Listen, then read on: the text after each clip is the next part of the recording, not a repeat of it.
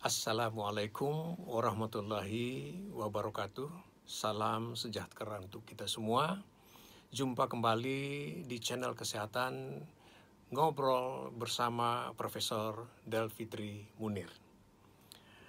Para pemirsa sekalian, pada episode kali ini kita akan membahas cara memasak yang paling awam dan yang paling mudah kita lakukan, yaitu dengan cara memanggang atau membakar. Tentu harus ada cara-cara agar hasil panggang ini tidak terlalu merusak gizi dan tidak mempunyai efek samping yang kurang bagus untuk tubuh kita.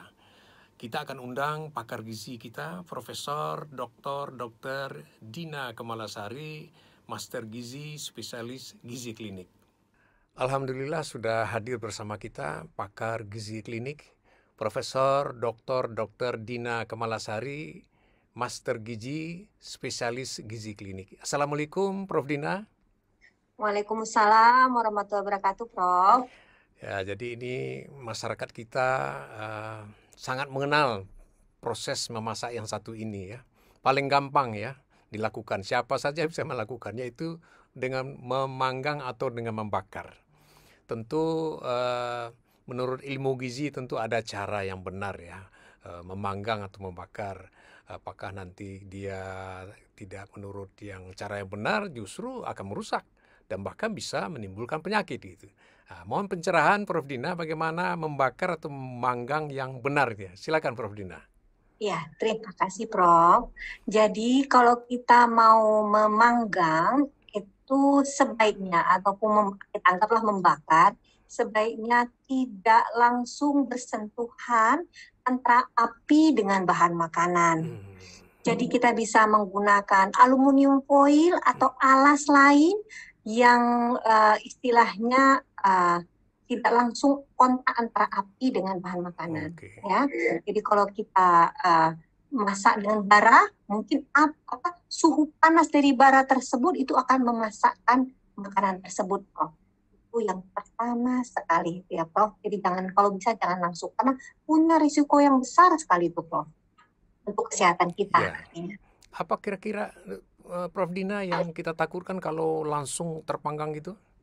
Ya, kalau kita memanggang atau kita membakar langsung di atas api dan terjadi reaksi antara api tersebut dengan permukaan yang kita panggang, apakah itu daging ataupun ikan atau yang lainnya, sehingga menimbulkan ada sisa-sisa abu di atasnya, kalau kita sebut senyawa polisiklik hidrokarbon aromatik gitu ya, Prof. Artinya adalah menurut berdasarkan penelitian, bagi orang yang punya risiko untuk terjadi kanker, itu akan menyebabkan atau memicu risiko untuk terjadi kanker. Jadi karsinogenik istilahnya. Dia bisa menyebabkan kanker bagi orang yang memang secara genetik dia bisa mudah sekali memicu terjadinya kanker. Jadi senyawa yang terbentuk akibat proses pembakaran tersebut. Ini kalau kita lihat ya, Prof, kadang kita masak ikan ya, Prof, sampai hitam-hitam. Jadi yang hangus-hangus itu kan bercampur dengan bumbu, dan itu kan sedap sekali, Prof. Jadi kayak kita sepertinya bumbu itu bercampur dengan bagian yang hangus-hangusnya. Nah, itu bagi seseorang atau bagi sebagian orang itu makin menambah nikmatnya makanan, tapi ternyata itu justru berbahaya. Baik, itu bisa jadi kanker, tidak boleh kena api langsung. Artinya harus ada jarak juga atau pakai aluminium foil ya. Iya, Prof. Jadi dua ya. Kalau tidak ada aluminium foil ya kita jaga jarak dengan apinya gitu ya, atau dengan baranya gitu. Jangan langsung begitu ya, Prof. Dina ya. Ya, baik. Ini kan banyak sekali makanan yang kita gandrungin ini enak nih kalau dibakar ya.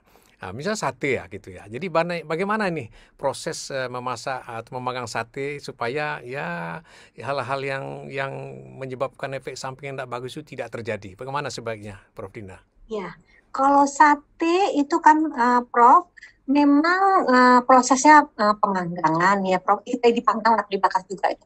Jadi air suhu dari bara tersebut, bara apinya, jadi itu akan membuat sate tersebut masak. Nah, pastikan kita memasak sate tersebut, mematangkan daging tersebut dan bukan membuat hangus daging tersebut.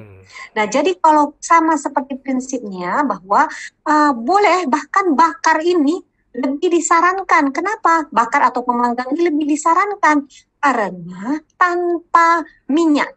Jadi ini sangat bagus proses ini sebenarnya. Tapi ada beberapa catatan yang tadi kita diskusikan bahwa harus kita lihat juga bahwa jangan sampai kita mengkonsumsi atau kita makan senyawa-senyawa yang sudah hangus-hangus tadi.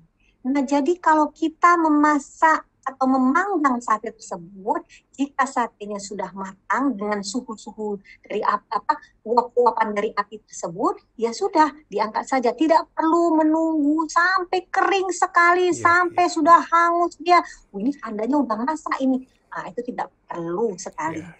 Kalau kita lihat hierarkinya cara-cara memasak, sebenarnya memanggang. Mungkin kita panggang dengan lapisan daun pisang juga bisa, atau dengan aluminium foil, itu akan jauh lebih bagus karena kita mengurangi minyak-minyaknya. Jadi daging atau ikan atau ayam tersebut akan masak ya, akan masak, tapi dia tidak perlu membutuhkan minyak yang banyak. Nah, baik. Itu salah satu. Gimana nih kalau udah makanannya tuh udah kering atau ya misalnya, jadi kita pisahkan saja kulit luarnya, jangan dimakan, makanlah yang sudah masak di dalamnya. Itu akan jauh lebih baik. Baik, nah sekarang kan kebanyakan sudah banyak juga nih tukang sate kita yang sudah mengolah dulu, direbus dulu, baru dipanggang sehingga panggangnya tidak terlalu lama atau tidak sampai dia menimbulkan bara gitu. Ini mungkin cara yang membantu juga. Gimana, Prof Dina? Iya, betul. Saya setuju sekali, Prof. Saya setuju sekali, cuman ya seperti tadi juga bahwa kalau direbusnya kelamaan, takutnya nanti malah hilang apanya tuh. Kemudian lari gitu. Jadi oke, nggak masalah. Mungkin direbus itu membuat lebih empuk sedikit, kemudian dipanggang cuma sebentar aja, ya oke. Tapi tadi nggak usah terlalu banyak air untuk merebusnya. Sedikit aja direbus sehingga nanti manggangnya nggak terlalu banyak, nggak perlu lama ya. Ya, satu lagi Prof, kalau untuk membuat gurih, memang kita perlu lemak sedikit. Boleh, tapi tidak perlu terlalu banyak, misalnya minyaknya terlalu banyak, nggak usah. Hanya untuk sedikit-sedikit saja untuk membuat daging kita lebih gurih gitu. Jadi lebih enak untuk diteteskan. Ya, diteteskan, diolesi-olesi sedikit boleh. Oh iya. Baru saya ingat itu tukang sate Ajo itu, memang itu ada minyak diteteskan itu. Baru keluar asapnya ya. Sedap sekali ya. Alhamdulillah ya. Jadi mudah-mudahan ini para tukang sate bisa mendengar juga ini sehingga kita enak memakan sate dan sehat. Dan kemudian kan juga ada jagung bakar gitu ya. Kalau kita ke Brastagi kan enak sekali dingin-dinginan jagung bakar. Nih bagaimana nih sarannya, Prof Dina? Ya, itu memang agak lebih sulit itu, Prof. Karena orang itu, udah hangus pun di atasnya hitam, di atas jagung tersebut, dia makan semakin enak. Kalau saya menyarankan tidak. Cukup sedikit aja jagung tersebut. Boleh sih sedikit-sedikit coklat. Tidak perlu sampai hitam hangus, Prof. Hanya coklat-coklat sedikit saja, tandanya jagung sudah masak, itu bisa dinikmati. Gimana dong udah penuh misalnya ya Prof, hitam semua, itu nggak usah dimakan. Maksudnya bagian yang masih bagus saja, yang hanya berwarna coklat muda boleh atau coklat tua sedikit, nah itulah bisa kita konsumsi. Hangus ya, agak sulit sedikit Prof, karena permukaan jagung itu kan sangat tipis, jadi nggak ada lapisan dalamnya lagi. Hanya itu aja Prof. Ya baik, nah satu lagi nih, ini banyak juga anak-anak yang suka nih, kebab ya, kebab itu kan dibakar juga ya. Ini gimana saran Prof Dina untuk kebab ini ya? Ya, kalau untuk kebab dia sistemnya pemanasan tuh daging yang diputar-putar terus ya Prof, lapisan daging itu terus diputar. Kalau saya sih melihat itu tidak membuat hangus daging tersebut, jadi nggak masalah itu, karena dia pun hanya membuat mengklat daging tersebut, masak daging tersebut, tapi tidak membuat hangus, dan itu pun dia berputar, kalau tidak salah itu dia berputar, terus memanaskan atau menghangatkan daging tersebut supaya keseluruhannya itu masak. Nah, jadi kalau kita lihat daging tersebut masih bagus, lembut. Kalau kebab itu kan lebih lembut ya. Tapi kalau udah kering sekali, udah akhir-akhirnya nih udah selesai, udah sampai hangus kelamaan dia berputar atau alatnya sudah berhenti, nah itu bilang sama tukang jualnya nggak usah lagi dipakai yang itu, minta ganti yang baru saja, daging-daging yang baru yang mudah, yang lebih lembut dan lebih enak untuk dinikmati, makin empuk. Iya, dan kalau bisa nih tukang kebab bisa dengar nih, kalau bisa dipakai minyak zaitun juga ya.